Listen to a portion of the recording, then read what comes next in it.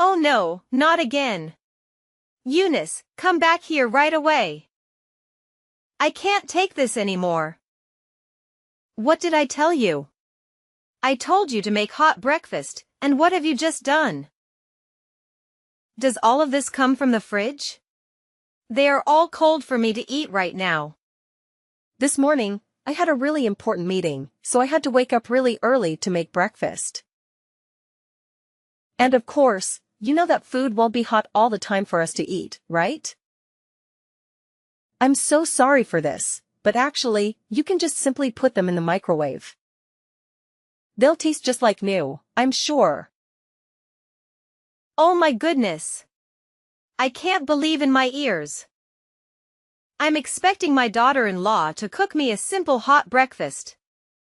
And she gave me an iceberg. It's unacceptable. And what have you just said? I microwave the food? That's absurd. Who gave you the right to order me around like that? What? You're being ridiculous. There's nothing wrong with a cold breakfast.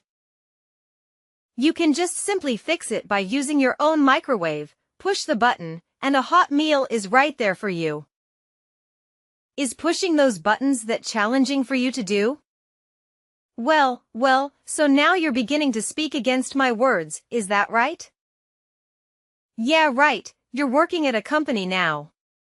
You're earning lots of money. That's why I'm nothing to you, this family is nothing to you. You got the nerve to do that. No, of course not, Delwyn. I've never had that idea in my mind. And you're blaming me for things I don't do. You're being unreasonable to make a mountain out of a molehill like that.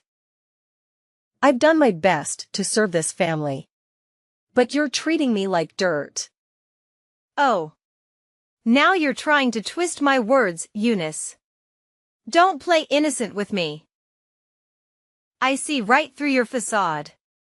You think you're so high and mighty now that you're working at some fancy company, huh?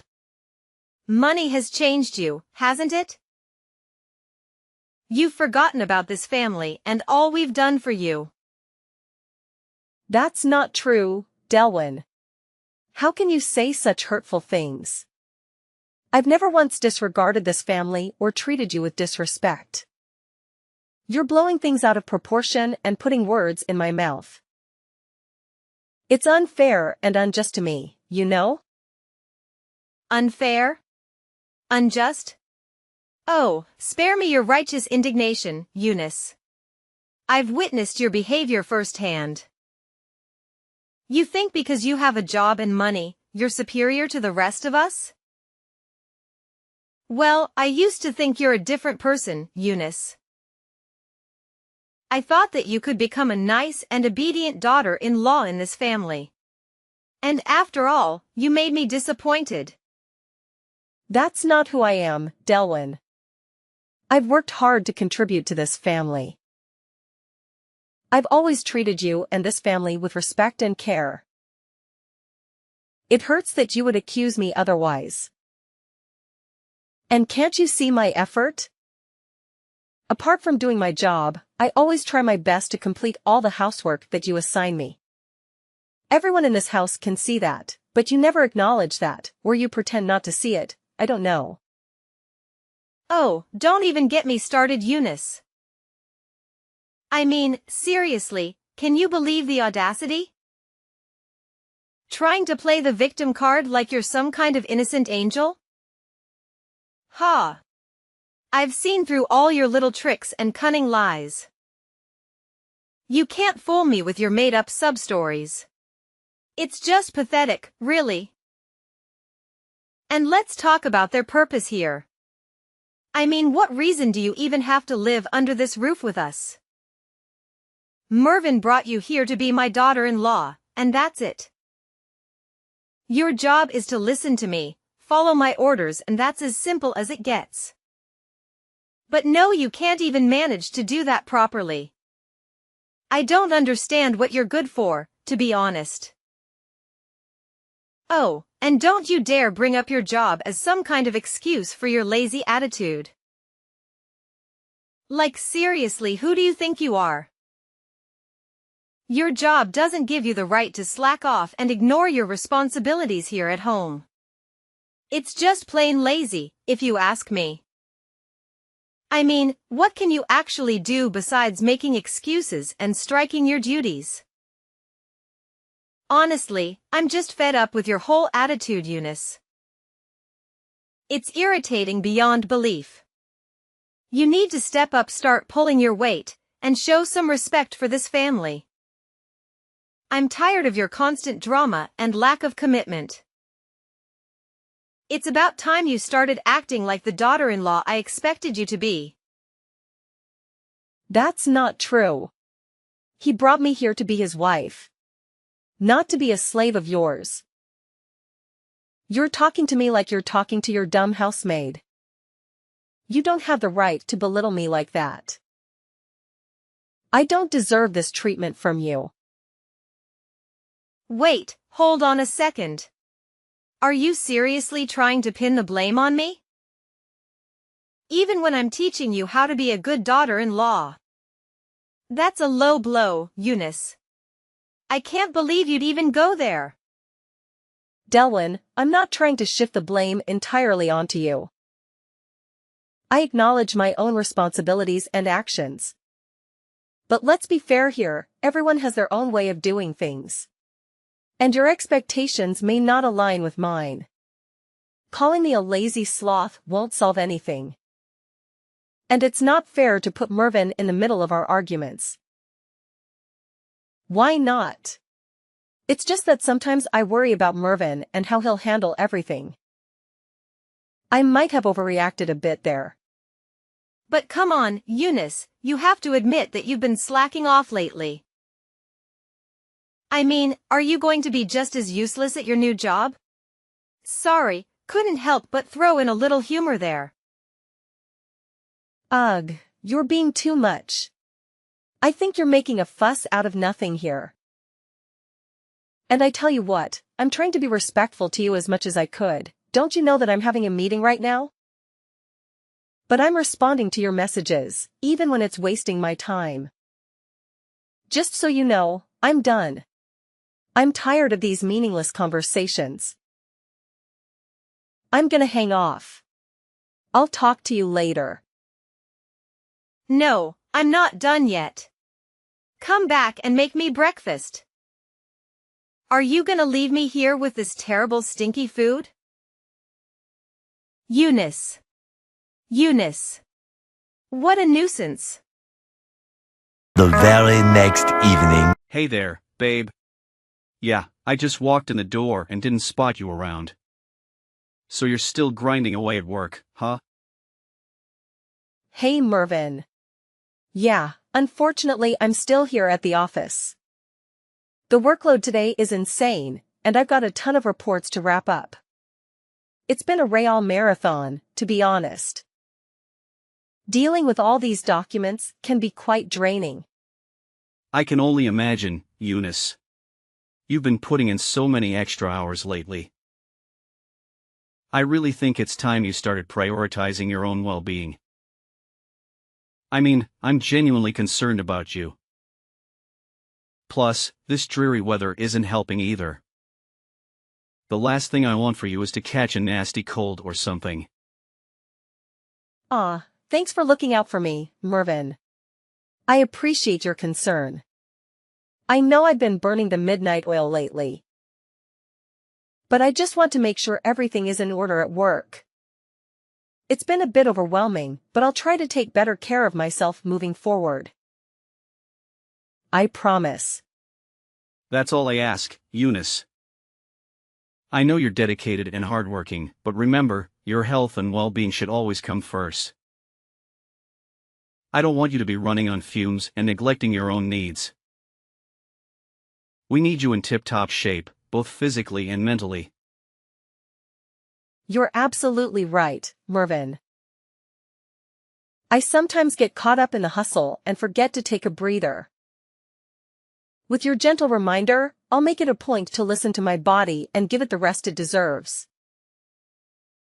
But, well, there's still one thing that I'm still concerned about. It's hard to talk with you in person. What's so serious, Eunice? Just tell me. What's that about? That's about your mom. She's been so unreasonable these days. And I've suffered from that attitude long enough. She's driving me crazy, for goodness sake. Okay, I get it. Just calm down. Maybe she just doesn't know how to express her feelings properly. She's not really good at these things, I know her quite well.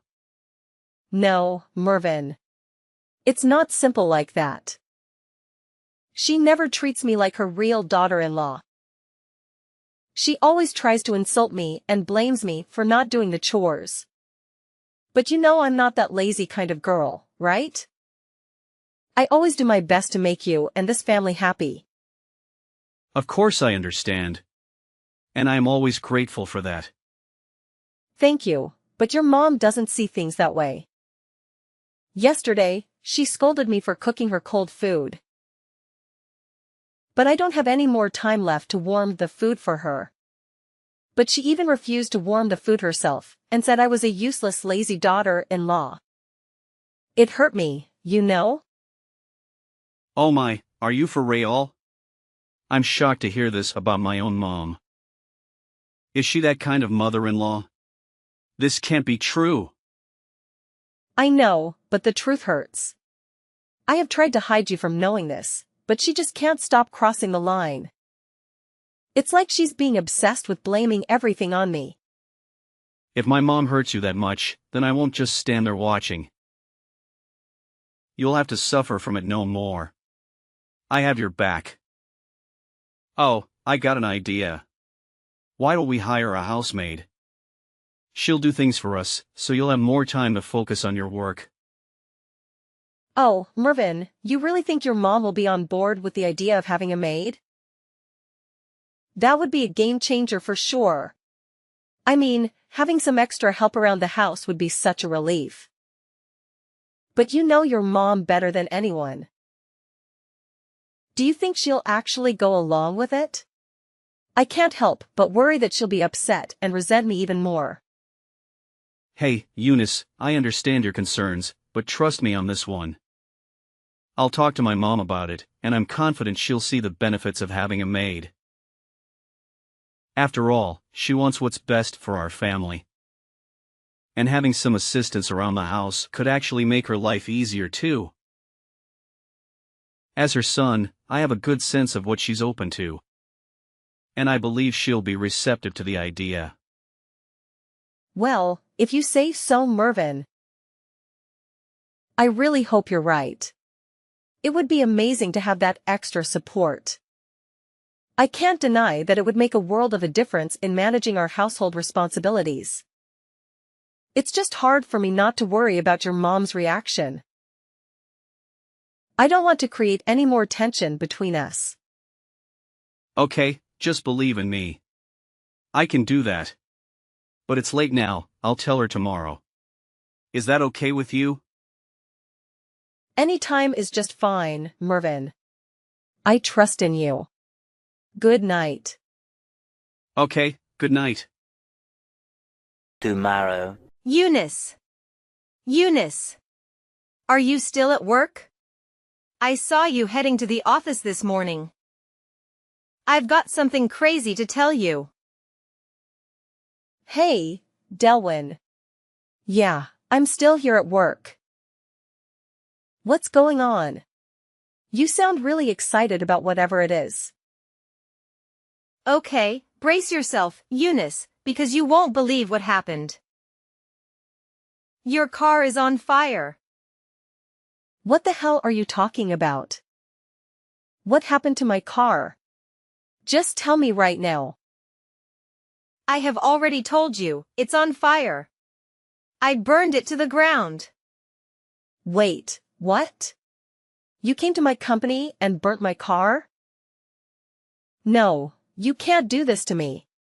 How could you be so heartless like that? But why do you have to do this to me? Have I done something wrong to you or what?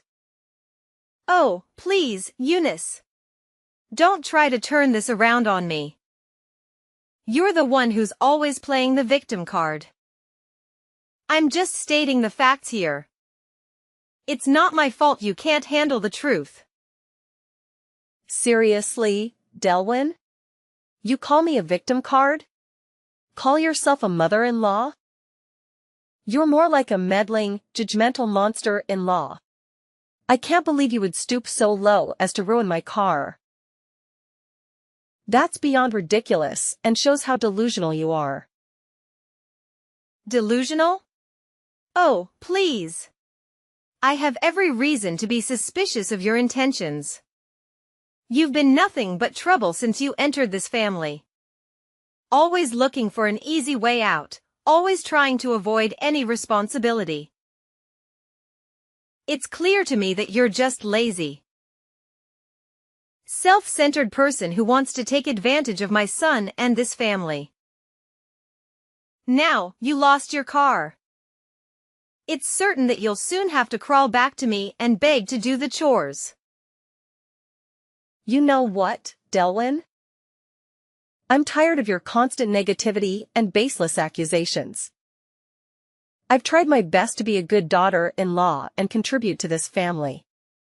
But it seems like nothing I do will ever be enough for you.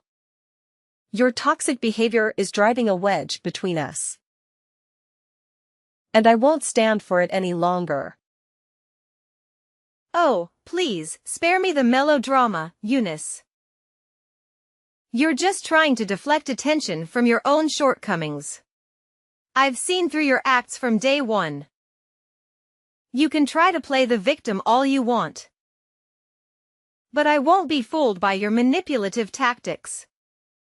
Manipulative tactics? You're being too much to say that about me, Delwyn. You're the one who constantly belittles and undermines me, making me feel like I'm never good enough. Your words and actions have caused nothing but pain and frustration. You're making a big mistake. I didn't force Mervyn to hire a housemaid. He told me that himself. So what you just have said is meaningless.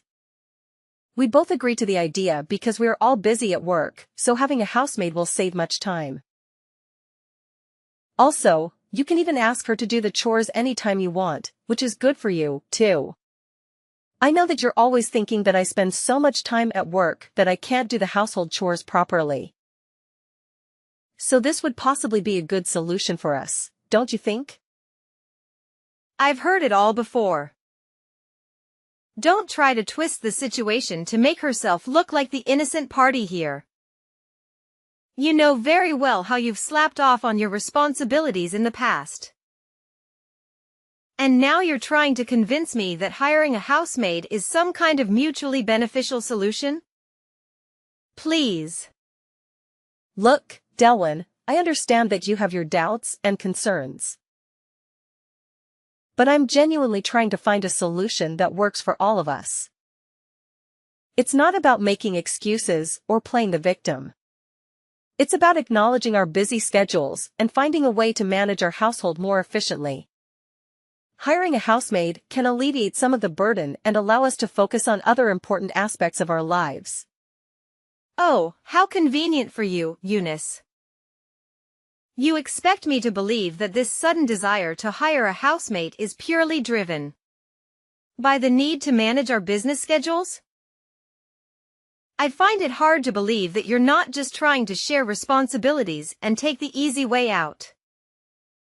It's clear to me that you're just trying to avoid doing any actual work around here. I can't believe it. After all the things I have done for you, this is how you repay me? I work my ass off to provide the money for this family. For you. But just because I'm not able to do some simple stuff, you decide to burn my car? What kind of logic is that? Don't you think that's not fair at all to me? Blah blah blah, all what you're saying is trash to me. It doesn't mean anything. The fact is just a fact.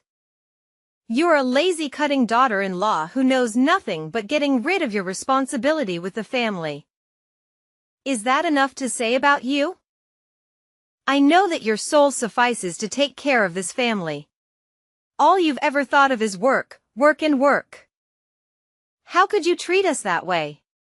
Do you really consider me your mother-in-law?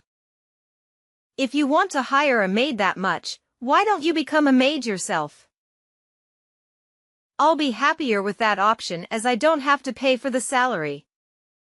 OMG, it's just a waste of time arguing with you. You're just as bad as I thought. It seems like you're always seeing me as your stupid slave. Then fine. Have it your way then. I'm too tired of talking to you. Look at you, Eunice, getting all worked up and throwing a tantrum. It's quite entertaining, actually. You think you're so clever and powerful, but let me remind you that nobody is invincible. Your sins will catch up to you eventually, and I'll be there to witness your downfall. Oh, and speaking of sins, take a good long look at this video I just filmed. Your car is catching flames and burning like crazy at the car park. Isn't that a beautiful sight? Your precious possession reduced to ashes. I'll make you pay for that, then you'll soon learn the lesson for not listening to me. How could you? Wait a minute. Oh yeah, I can't understand why you could be that dumb. Wow, you really are. Now what's that you're so happy about? And how dare to call me dumb? You filthy rat. Mind your words. I'm still your mother-in-law, Eunice. You'll never imagine what will happen if I get angry. Okay, enough. I tell you what, it's not my car. What? No way. What are you blabbering about? It's your car, I checked it carefully. It's a hatchback red car, right? I saw it clearly with my own eyes. This can be wrong. Well, there's actually one thing that you missed. I do have a hatchback red car, but have you even tried to pay attention to its license plate? Unfortunately for you, this one is not from my car. Do you even know who it belongs to? I'm afraid you would freak out if you knew this person. What? Are you serious? How could I have missed that?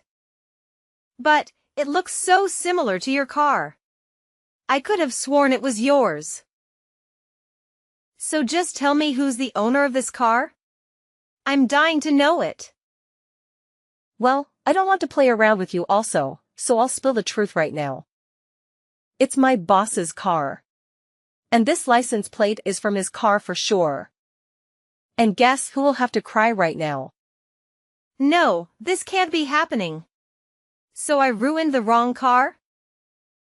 No, I'll never believe your words. You're just kidding, right? Are you out of your mind? I have no time to play that childish game with you. The truth is simple, you burnt the wrong car.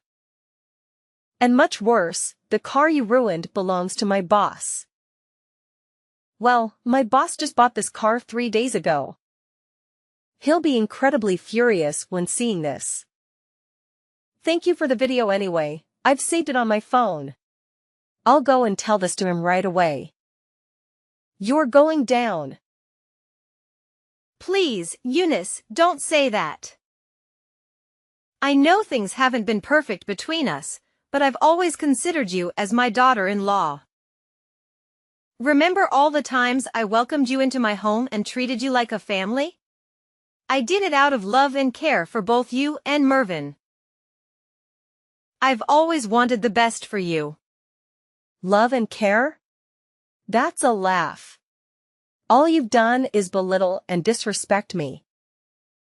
You've treated me like a servant in my own home, constantly ordering me around and making me feel inferior. I won't stand for it any longer. I deserve to be treated with dignity and respect, just like anyone else. I know I haven't been perfect, Eunice. And I'm truly sorry if I made you feel that way. But please, I'm begging you to help me now. I'm in a difficult situation and I need your support. We're family, and family should stick together and help each other through tough times. Family? That's a word you throw around when it suits you. But where was that sense of family when you were constantly undermining me and making me feel worthless? I can't just forget all the hurtful things you've said and done. It's not that simple. I understand that I've made mistakes, Eunice, but I genuinely want to make things right. I am willing to change and be a better mother-in-law to you. I don't want our relationship to be filled with resentment and animosity. Please, give me a chance to prove that I can be there for you and support you. I wish I could believe you, Delwyn. I wish I could see a genuine change in your behavior and attitude. But words alone won't convince me. Actions speak louder than words, and so far, your actions have shown me a different story. I can't just ignore the pain you've caused me. I'm begging you, Eunice, to find it in your heart to forgive me. I know I can't change the past, but I'm willing to do whatever it takes to make amends. I want to build a better relationship with you. Let's start fresh and work on healing the wounds between us. Please, give me a chance. No. Never. I'll never forgive you. Why do you think you can escape from all the evil things you have done? I guess not. Well, I think you would be put in prison for your evil sin. Prepare to live in hell. Please, help me, Eunice. Everything I do is for the sake of you. Of this family. Oh, I remember. Mervyn. My dear son. He'll never leave me like this. Don't be so dramatic. You think Mervyn would just abandon his own mother? He loves me, and he knows how much I've sacrificed for him and this family. He'll find a way to help me, mark my words. So wipe that smirk off your face because my story isn't over yet. I still have my secret weapon, my son. Well, just see about that. You really think your son will come running to your rescue? Well, here's a little reality check for you, Delwyn. I had a conversation with Mervyn. And he made it clear that he sees the consequences you're facing as just that. Consequences for your attempts to harm me and disrupt my life. He's standing by my side, supporting me through this. So, good luck with your grand plans of him saving you. It seems the tables have turned. No. Things couldn't turn this way. I did nothing wrong. I'm protecting my family. I'm begging you. Please tell Mervyn to save me. I can't live in prison all my life. It would be a shame. If you save me, I'll change and be a nice mother-in-law of yours. I swear. I realize my guilt now. I promise that I'll change to be a better person. You have to believe me. Blah blah blah, you're talking nonsense. I've had enough of you. You'll have to pay for this. No one can help you now. Bye. No, this can be happening. Eunice? Eunice. Later. After that, I blocked everything from Mrs. Megan, as she constantly called me and begged me for help. It became an incessant barrage of messages and pleas that left me feeling overwhelmed and exhausted. My boss, a man known for his strict demeanor, was completely furious when he saw the video that Mrs. Megan had sent him, showcasing her evil actions. It was a shocking display of vandalism, and he wasted no time in taking decisive action. Without a moment's hesitation, my boss picked up the phone and dialed the emergency police hotline, providing them with a detailed account of Mrs. Megan's heinous deeds. The authorities were swift in their response, recognizing the severity of the situation. They arrived at Mrs. Megan's doorstep, handcuffs in hand, ready to put an end to her criminal activities. More than that, she even had to bear an enormous debt to compensate for the damage she had caused. Meanwhile, my personal life took a positive turn. I found solace and happiness in the loving arms of my caring husband, who stood by me throughout the entire ordeal. 3 years later, our joy multiplied as we welcomed the arrival of our precious son into the world. His presence filled our home with laughter, love, and an overwhelming sense of fulfillment. It was at that moment, cradling our newborn son in my arms, that my husband and I made a solemn vow to protect our little family from any further interference. As the years passed, our family flourished. We built a life filled with love, laughter, and cherished memories.